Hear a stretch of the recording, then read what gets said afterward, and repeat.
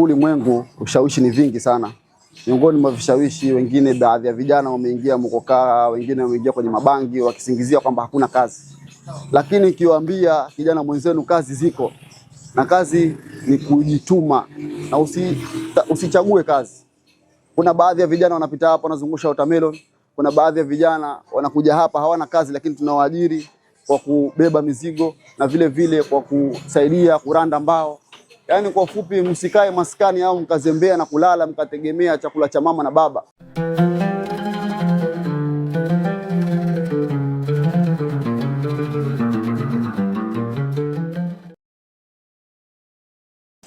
Assalamu alaikum warahmatullahi wabarakatuh. Mpenzi mtazamaji wa TV yako pendwa Halal Charity TV. Hii leo wakati mwingine ndani ya kipindi cha biashara mashinani, tungependa kuangazia mojawapo ya biashara ambazo wengi ukweli hawana elimu nazo ama hawazijui kwa undani.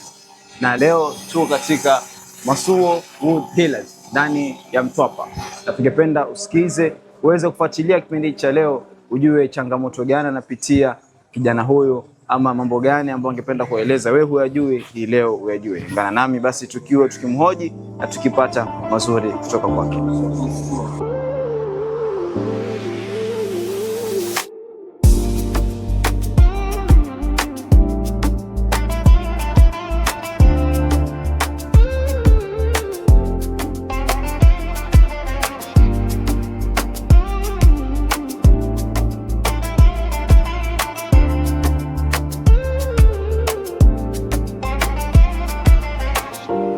Assalamu alaikum warahmatullahi brother. Wa alaikum salam warahmatullahi wabarakatuh. Furahi sana leo kuja kukuhoji wewe.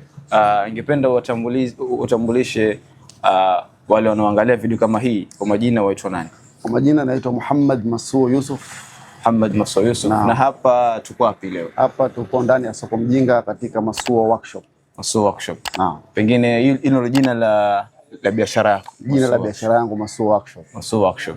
Je, Masuo Workshop, sisi katika video tunaona kuna mbao, kuna mashini kama hii. Je, workshop yako inajihusisha na nini? Workshop yangu kama mnavyoona, mbao hapa tunahusika na kuuza mbao, vile vile tunatengeza vitanda, milango, mashurak, na vile vile tunakereza miguu ya vitanda, na vile vile benso. Yaani kwa ufupi, kitu chochote kinachohusika na mbao sisi hapa tunadili nao. Kukereza ni kama hivi unavyoona miguu ya vitanda. Okay. Kushainisha miguu. Yaani okay. Kushainisha miguu, kitaka kitanda chako kiwe vizuri.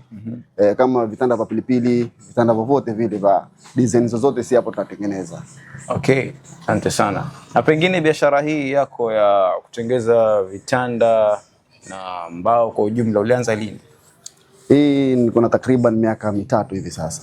Naam, miaka 3 ya shughuli kama hii. Tulikuwa kule, sasa hii tumehama hapa. Na alhamdulillah changamoto kawaida, lakini ndo takriban miaka 3 ya. Ndo hali ilivyo. Naam. Wajua katika biashara ama mtu akitaka kufanya jambo lazima kuna kitu ambacho kimemsukuma ama kuna motisha fulani imemsukuma yeye afanye biashara kama hii. Kama wewe Masuo mwenyewe ulipata msukumo gani wewe kuanza biashara kama hii? Kikweli kabisa biashara kama hii ni kazi ambayo nilioipenda. Okay. Katika roho yangu nilitamani siku na mimi niwe fundi kama wafundi wengine, kwa sababu japokuwa ni talent yatoka katika na ukoo wetu. Okay. Lakini pia vile vile nilikuwa naitaka na Mwenyezi Mungu akanifikia, nikanipa uwezo, nikafungua biashara kama hii. Na alhamdulillah kuna mingi nimeyajua ambayo nilikuwa nayataka na natarajia kuyajua zaidi. Ndoto zipo. Kwa hiyo kama una jambo ambalo ungependa kulifanya toka mdogo, hii ndo taswira ndo hii hapo umeona. Toka mdogo alikuwa anapenda mpaka kama. Alikuwa anapenda kufanya mambo yao kidogo. Alikuwa anapenda kufanya mambo ambao hivi vitanda kwa naviona watu takriban. Pia nilipoingia masuala ya mitandao, kushika simu mwanzo nilikuwa nikipenda sana kuangalia katika simu vitanda vinavyotengenezwa, shurak, milango, litamani sana. Kwa mdogo maybe nafasi ilikuwa unapiga nyundo. Nilikuwa napiga nyundo kwa sababu hizo nyundo zilikuwa ziko nyumbani. Okay. Hizo nyundo zilikuwa ziko nyumbani, misumari ilikuwa nyumbani. Sasa lazima alikuwa mzee akija mimi ndo kwa kwanza kumpokea vile pombo vake. Okay. Basi ikawa na mimi pia ikawa ni kama kitu cha kwenye damu ya kwenye moyo. Mashallah.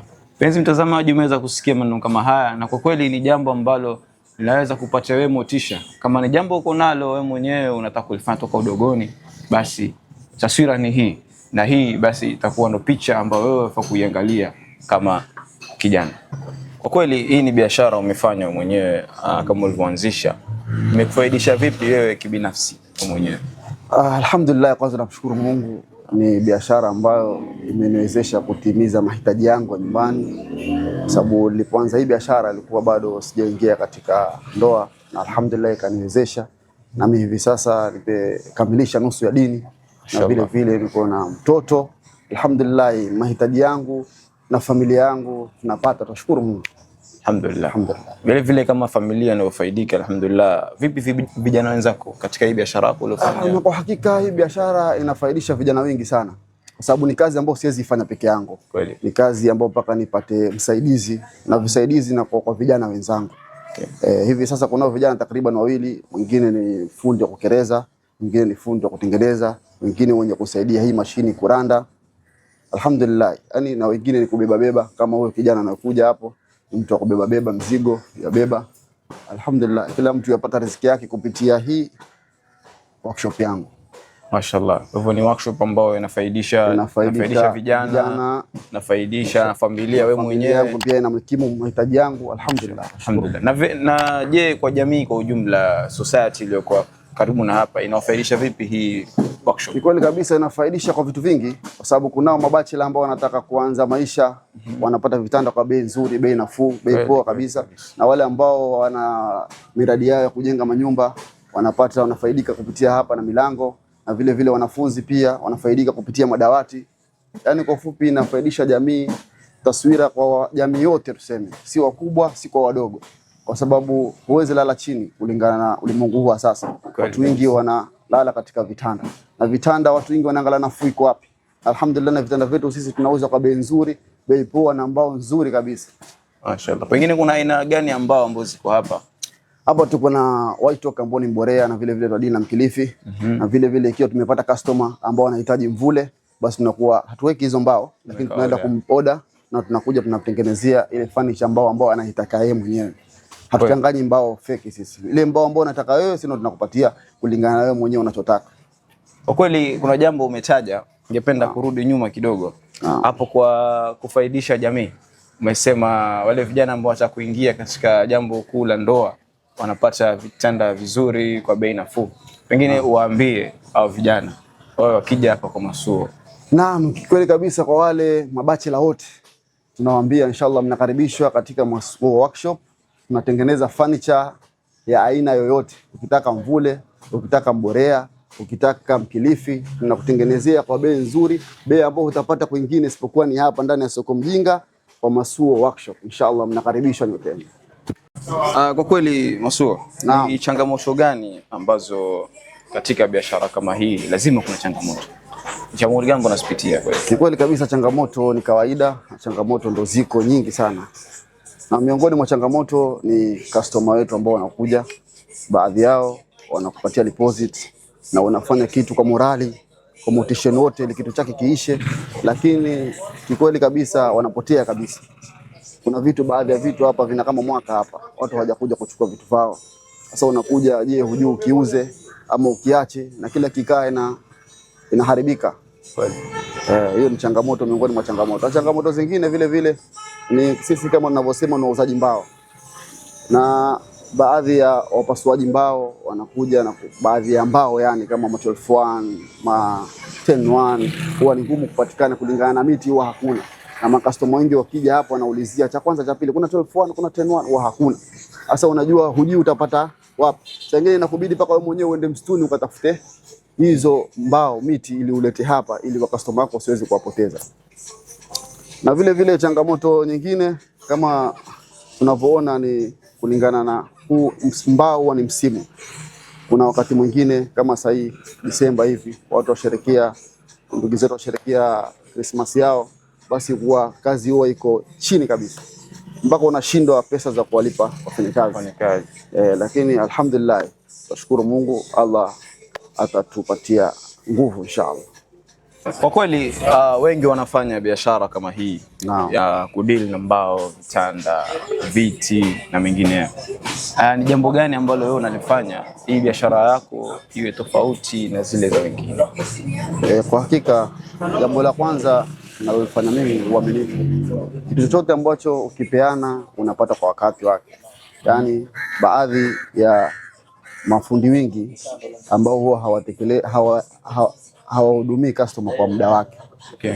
Lakini alhamdulillah ukija hapa kwangu, wakati ukisema ni wiki moja nikishakupa, bali wiki moja unapata bidhaa chako. Na vile vile vipi katika kuamiliana na hawa makastoma, kuleta ile uaminifu, mambo gani ambao unafanya pale? Kuleta uaminifu kikweli kabisa, jambo la kwanza takana niwe mkweli, huwa na mkweli kwa wao. Customer akija na japokuwa wana changamoto zao, mtu akija kutoa pesa mwanzo huwa anakuja na sura nzuri, wakati wa kuja kuchukua na kuja na sura nyingine ya simba, kwa sababu kuangalia je, kitu changu ni vipi, kiko sawa. Lakini alhamdulillah changamoto kama hizo kulingana na mafundi wangu nilionao hawapati kabisa, kwa sababu venye umetoa picha yako unatengezewa kitu chako kulingana na venye umepewa kitu chako. Katika uaminifu, unajua wengi wanasema ukioda mbao ya mvule pengine unachanganyiwa na white oak, kama unachanganyiwa na mkilifi. Na kikweli kabisa mafundi wengi wako hivyo, lakini hapa kwangu kama wewe wataka muhembe na kuwekea muhembe. Nakwambia kabisa hii kitanda hapa juu ni muhembe. Nakwambia kabisa hii kitanda hapa chini ni mvule. Okay. Nakwambia hii kitanda hii ni white oak. Ni wewe mwenyewe utaweza kulingana na bei ya mvule ni tofauti, na bei ya borea ni tofauti, na bei ya muhembe ni tofauti. Kwa sababu najua hiki kitu wewe ndio utaletea customer mwingine. Nikikutengezea kitu kizuri, basi utakuwa ni mwenye mahali fulani kama Sua Workshop, basi kitu kama hicho unapata kile ambacho unaagizia unapata. Siwezi kuchanganya, kwa sababu kwa mimi kwanza, kwa kulingana na mimi ni Muislamu, kwanza ni haram, na vile vile pia inanipotezea customer. Kwa sababu utengenezea na mtu na mbao kama ya pine tuseme, itakuwa ni kitu ambacho hakitadumu kwa muda. Yule mtu badala ya kusifu atakuwa ni mwenye kukuponda. Sasa ni bora upate kichache, lakini umtengenezee mtu customer wako ni mwenye kuridhika. Hayo kwa kweli ni maneno kuntu kabisa aliyotuambia ndugu yetu hapa kuhusu kufanya biashara. Katika biashara zao kuwa na uaminifu ni kitu kubwa sana, jambo ambalo linaleta kuamiliana uzuri ama uamiliano mzuri na wateja wako. Mweza kumsikia kijana wetu akijieleza, na inshallah kwa wale ambao wangependa mambo kama haya, hasa wale mabachela aliposema mwanzo, muweze kumtafuta, muweze kumsupport biashara yake. Pengine kwa hawa vijana ambao wanatuangalia katika kipindi kama hichi, ni nasaha gani utawapatia wewe ukiwa miongoni mwa vijana, japokuwa uko kwa level tofauti, lakini wale ambao uko nao ama uko chini yako, vijana wenzako, tupatie mawili matatu waeleze inshallah kama nasaha. Inshallah nikiwaelezea vijana wenzangu na tena ambao mtakaosikia ujumbe huu inshallah, kwa hakika katika huu ulimwengu ushawishi ni vingi sana.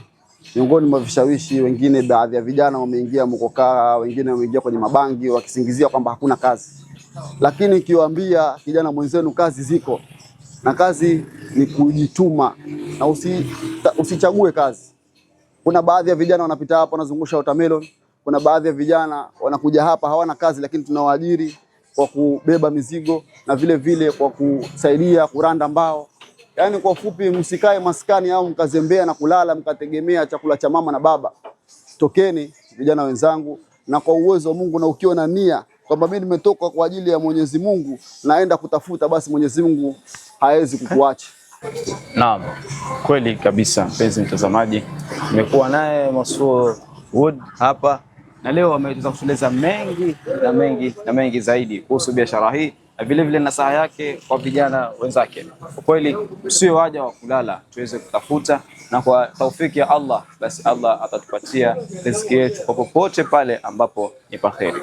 Nimekuwa wako al-akh Yusuf ndani ya kipindi hichi, na nyuma ya kamera amekuwa ndugu yangu Hassan Adam Yusuf. Tupatane wiki ijayo.